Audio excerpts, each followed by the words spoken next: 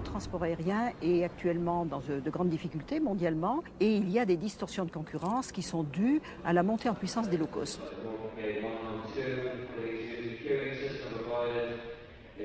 Je crois qu'il faut bien faire la différence entre le principe du low cost, qui est d'avoir une flotte homogène, une flotte récente, des avions qui ne restent pas au sol, pas plus de 20 minutes, du personnel qui fait tout. Puis après, il y a des low cost comme Ryanair, dans des pratiques de voyous. Donc ça, nous ne pouvons pas l'admettre. On ne pensait certainement pas qu'il y aurait une rupture de contrat au bout, aussi unilatérale, au bout de 2 ans. Et là, on a vraiment l'impression d'être cocu, quoi. Voilà, pour parler très, très simplement et très crûment.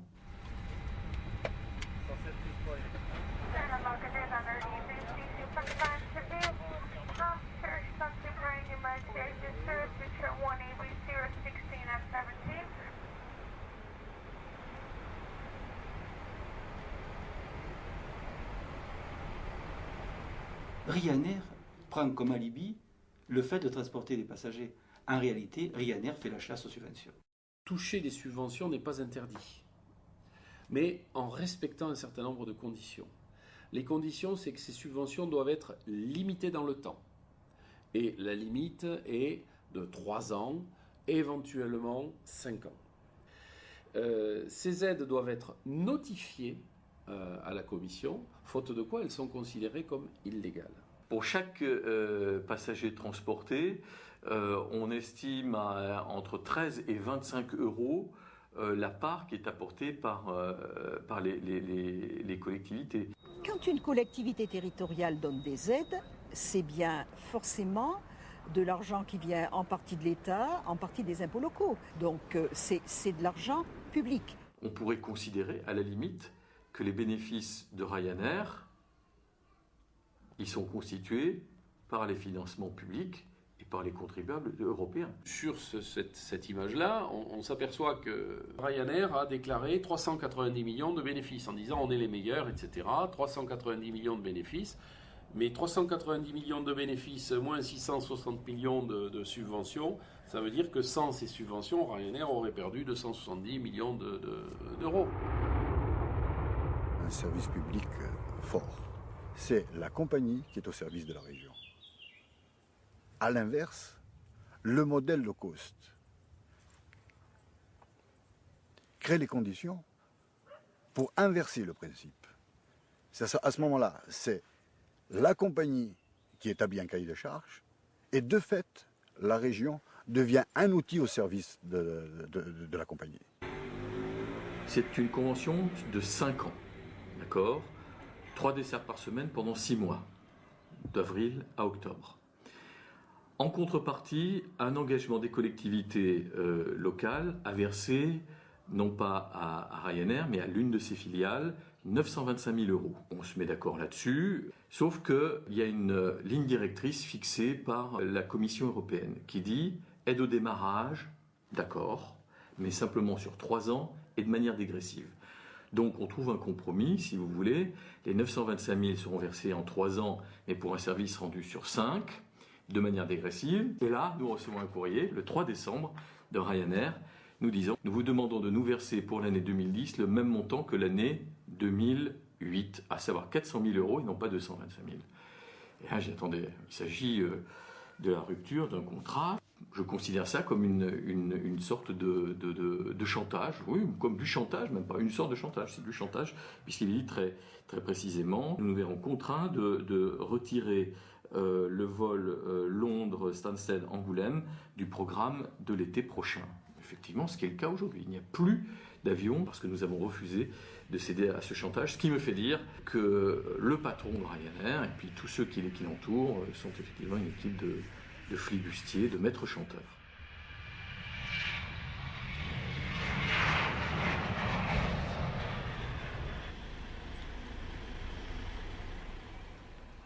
Le patron de l'aéroport de Beauvais, c'est Chambre de commerce, l'agglomération de Beauvais, le conseil général et la région. Mais le patron qui commande, c'est O'Leary, le patron de chez Ryanair. Ryanair, demain, si on ne les paye plus, ils ne viennent plus à Beauvais. C'est lui le patron. Ça, c'est du chantage exercé sur les collectivités locales et ça n'est pas acceptable. Parce que c'est fait avec de l'argent public. Jusqu'à présent, il n'y a pas de règles précises. C'est pour que s'établissent des règles précises que j'ai écrit ce que j'ai écrit dans le rapport. La Cour des comptes, en 2008, avait fait un bilan et avait évalué les sommes qui étaient données aux différents aéroports, et c'était très variable. Il y avait même de petits aéroports de province qui avaient reçu des aides de 3 500 € par passager. Donc on se pose la question de savoir, est-ce que les collectivités locales peuvent aider autant? Est-ce que c'est aux contribuables de financer le transport aérien?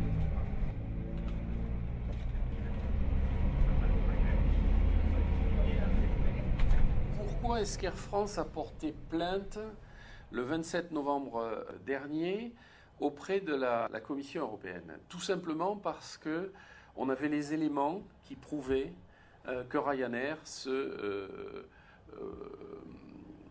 plaisait dans l'illégalité la plus parfaite, avec la connivence d'un certain nombre de collectivités, voire d'autorités de tutelle. La preuve, elle existe partout. En France, on l'a avec les rapports des chambres régionales des comptes qui ont pointé du doigt et qui ont chiffré, avec pour chaque plateforme qui a été analysée, des rapports qui sont extrêmement détaillés. Les chambres régionales des comptes, elles ont travaillé. En 2008, voilà ce qu'elles ont fait. Voilà, Chambre régionale des comptes, tout est écrit là-dedans. Qu'est-ce qu'on a fait depuis? Rien.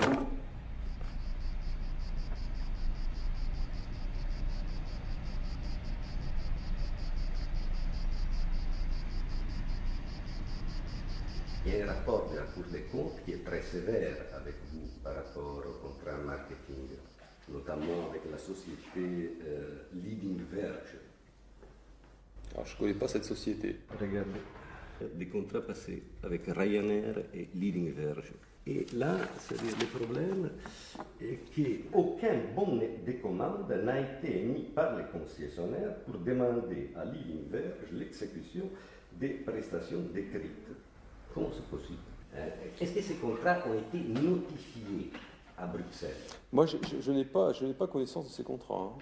Et ce qui est compliqué avec Ryanair, c'est de tout détricoter. Parce que il y a les subventions, il y a le travail dissimulé, et puis après, il y a tout ce qui passe par les paradis fiscaux.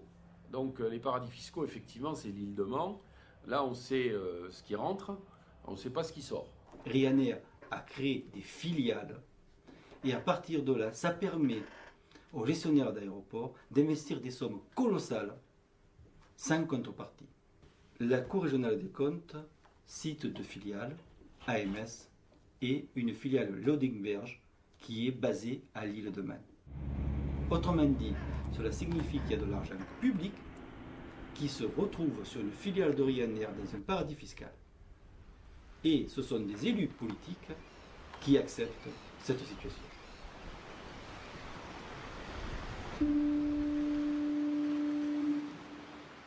La société Leading Verge, elle est très intéressante à de nombreux titres. Le premier, sans doute, c'est qu'elle est basée à l'île de Man, qui est un paradis fiscal. Qui plus est, en regardant la documentation, je me suis rendu compte qu'il semblait fonctionner par bon de commande. C'est-à-dire que c'est, à mon sens, assez fictivement, la Chambre de commerce qui demandait à Leading Verge d'intervenir et non pas Leading Verge qui prenait l'initiative d'intervenir et de dire « Chers amis, pour le travail que j'ai fait pour vous sur cette période, je vous adresse ma facture ». Cette subtilité a probablement une explication du fait du caractère plus ou moins régulier des contrats passés avec Leading Verge. Je ne suis pas au courant de ce contrat Leading Verge. Est-ce que ces contrats marketing ont été reconduits? Il y a eu un rapport de la Cour des comptes.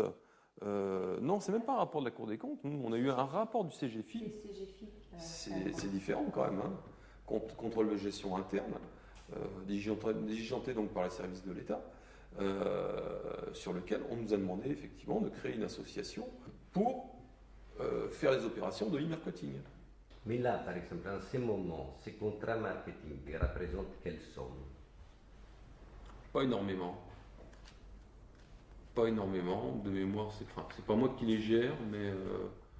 C'est pas longtemps, mais c'est pas grand-chose. C'est pas grand-chose. Je pense que c'est représenté les 400 000 € par an. cette association, elle gère quand même de l'argent public. Elle gère de l'argent public. Tous ces contrats marketing ne sont pas signés par moi. Mais qui est-ce qu'on doit voir pour avoir...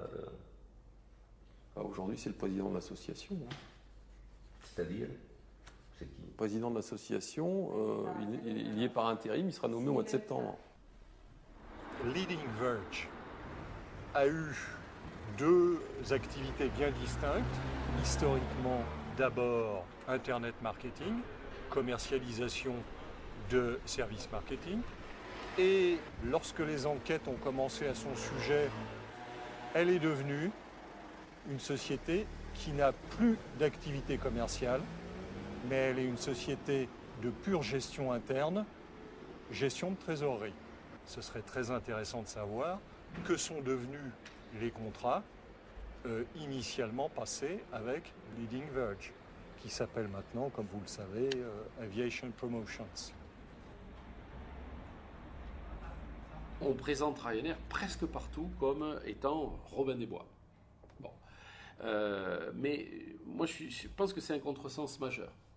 Parce que Robin des Bois prenait l'argent aux riches pour le donner aux pauvres. Alors que là, Ryanair prend l'argent aux contribuables pour se le mettre dans les poches. On est en face, j'ai envie de dire, d'un truc bizarre où le transport de passagers est presque annexe. En fait, on est face à une entreprise financière avec des montages financiers qui sont relativement compliqués et où l'essentiel du chiffre d'affaires ne provient pas du prix du billet d'avion. 50, 40, 30, 20, retard, 5.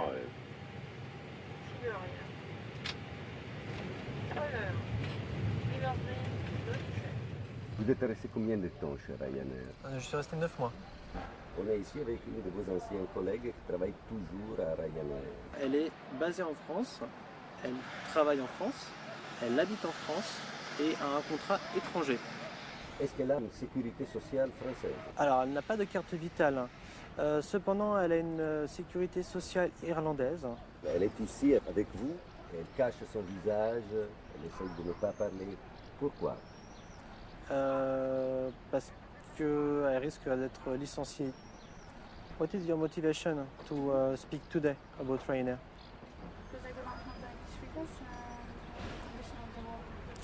Parce qu'elle n'aime pas la façon dont les salariés sont traités et les conditions de travail.